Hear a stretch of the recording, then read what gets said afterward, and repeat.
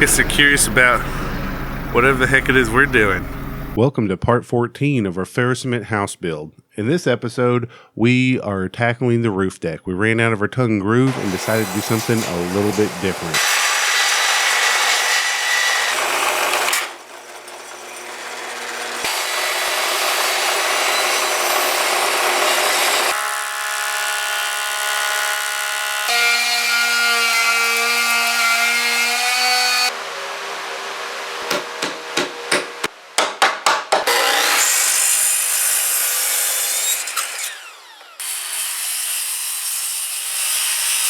Well, hey, look at that. We got a deck almost all the way around the roof. Well, we've run out of the initial tongue and groove that we had special ordered from Lowe's. And, you know, we weren't real happy with the size of the tongue compared to the size of the groove. So we decided just to, fake some tongue and groove, make it ourselves. We don't have a shaper and we don't have a tongue and groove bit that will do this 1.5 inches. So what we're doing is we're using the groover on the router to cut a slot, and we're putting in a piece of plywood.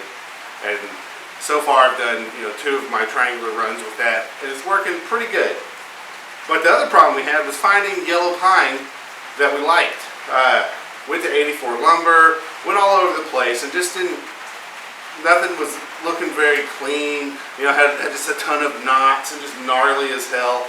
And out of desperation, wound up at Home Depot and bought 2x12's. So what we're going to do is we're going to rip them in half and then do straightening cuts. And then I'm going to plane one surface down. I'm going to groove and glue my plywood today. So I'm going to show you how we're going to fake our tongue and groove for the last 2 sections of our roof.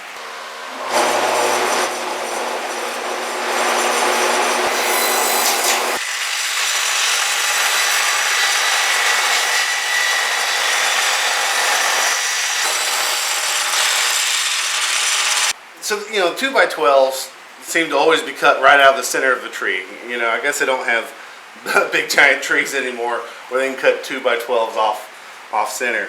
So as you can see, when you rip one of these, it opens up. A lot of times you'll get a pretty good curve, and that's where the straight edge cut really comes in. So if you're going to make tongue and groove and you want it to actually flush up against each other. All right, here we just had one that pinched the blade so tight, despite being a relatively new blade. We're like a month old on this blade. It put enough pressure to bog down the motor enough to draw enough to flip the breaker. So I'm going to run it back through and cut this opening just a little bit bigger, big enough I can jam a shim in there. And from previous straight cuts, I got some pretty awesome shims here. Look at that. So we'll just see what we can do.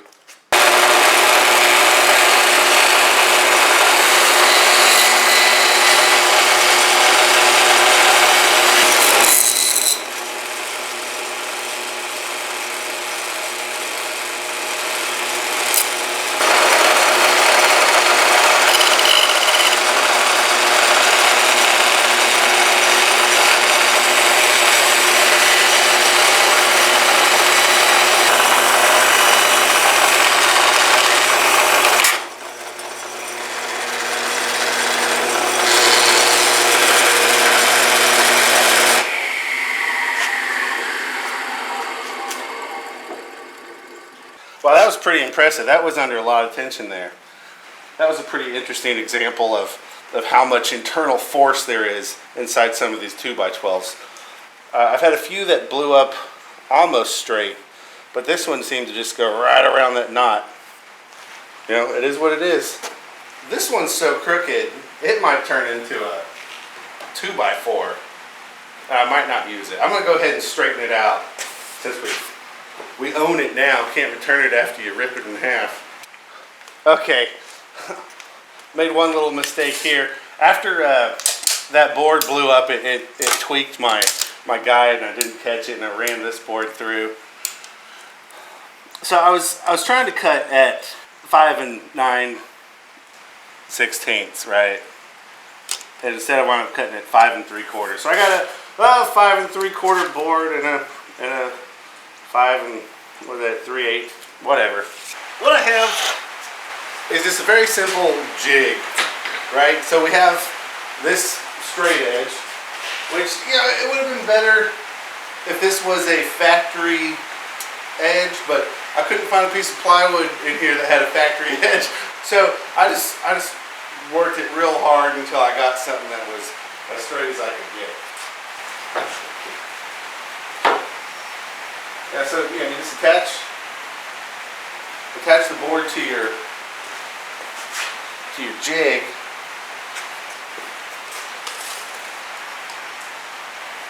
So that's 10 1/4,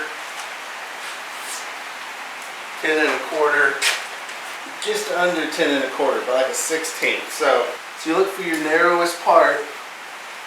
That's where I'm going to set my width to on the saw. So I want this to be just slightly under 10 1/4,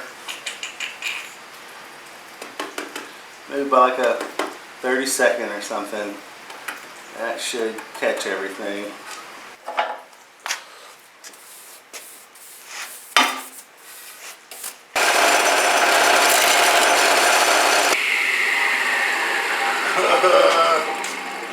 What did I do wrong? Oh, 10 3/4, not 10 1/4. Whoops. Okay, let's try that again.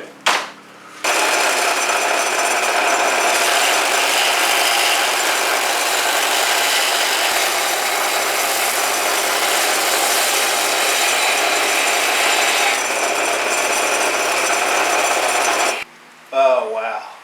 So that gets us way super flat, where the whole thing, as I look down, it just disappears all at once.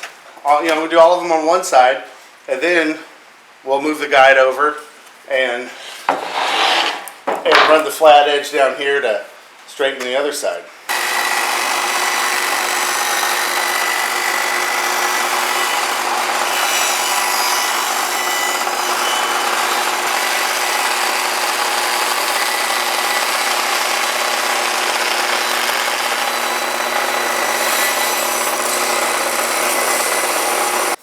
Check that out. So that's how much this board was off from having a straight edge. Not too bad. And I'm just going to run through the rest of them. I might film some real crooked ones just so you see how crazy the cuts can get. Alright, just for giggles, let's see what we can get the board that blew up on us to do.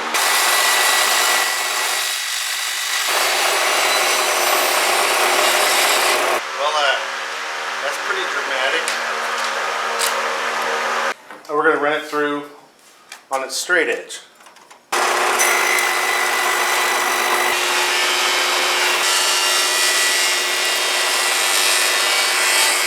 Well, I didn't check my guide there, and it's gone crooked on me.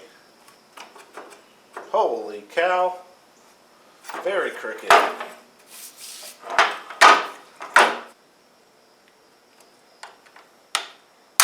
I don't get it at all.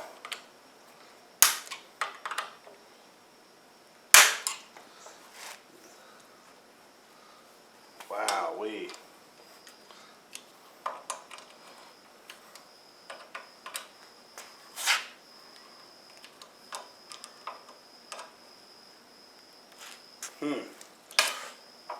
Okay, let's do one more straight edge cut, just to get a good product.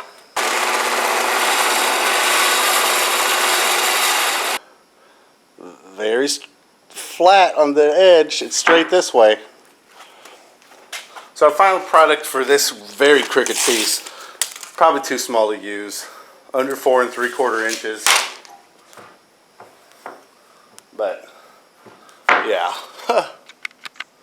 I'm going to plane all these on one side, and I like to have, you know, since these are going to be a deck on a roof, right? You know, I'm going to plane it the finished side down where, you know, the curve is like this in the board naturally. because I just feel like, you know, if it domes up, force it into shape, it'll be stronger in the long run. I don't know. Not very. I don't know. That's what I'm gonna do.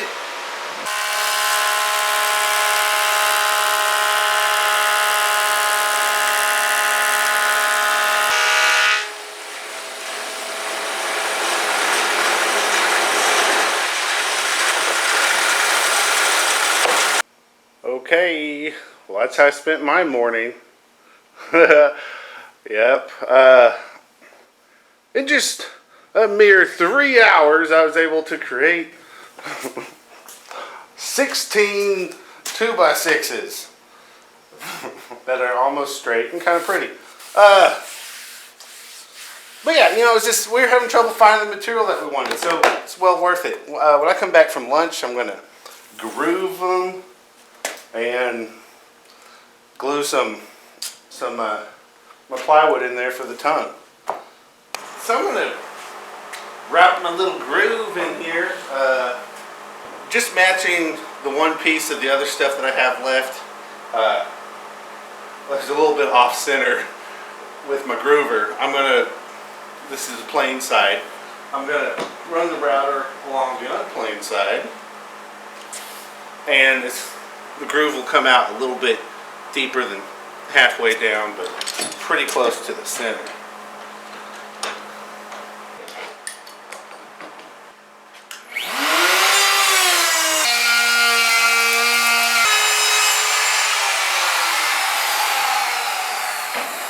Yep.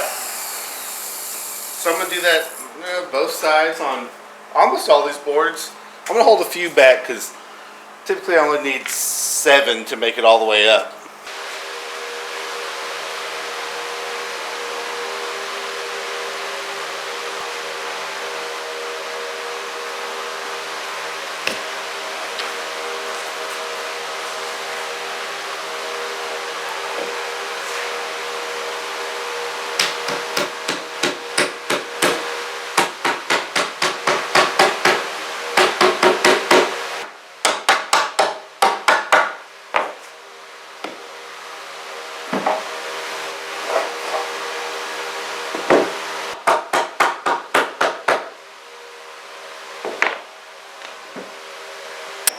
Yeah, so I had a little bit of a problem with this cut. I don't know if my chalk line got scooted over or what. So I'm just going to zap off a little bit of this that overhangs.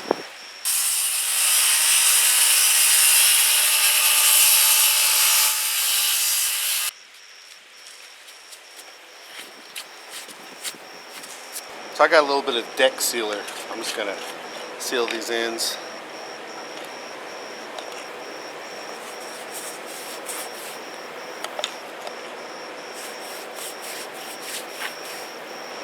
Okay, I'm getting carried away here.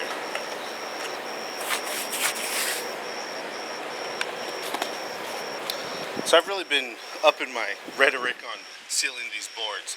You know, the first quarter of the roof, I only sealed, the finished side on the bottom. And then for the next quarter of the roof, I sealed the bottom and the top.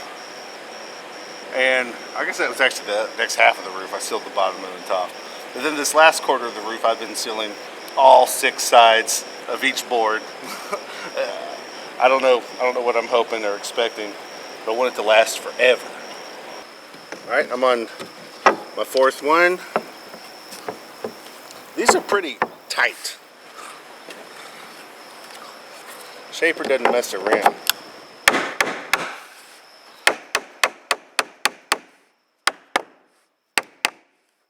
I've been pre-drilling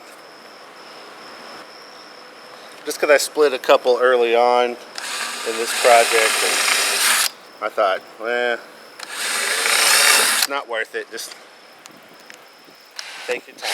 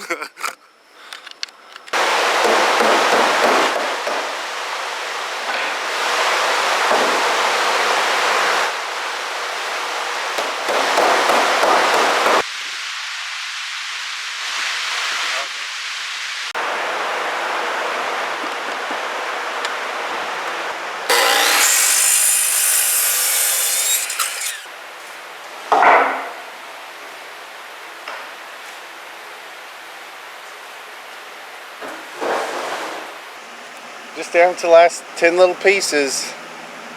Then I got to figure out the next step. The next step will probably be, making our overhang.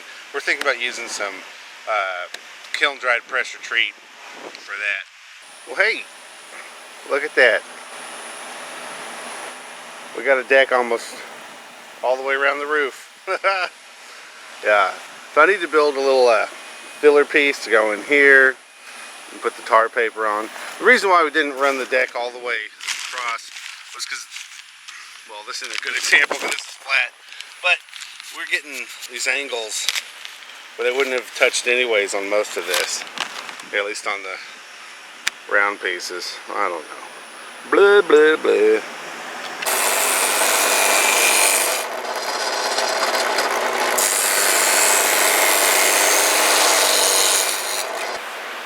We'll make a paint around a new hip, okay? This is fun. Alright, so part of the overhang here, this is the homemade tongue and groove out of the treated 2x6's. And then we're installing these straps that wrap up and over so we can strap down the roof real well.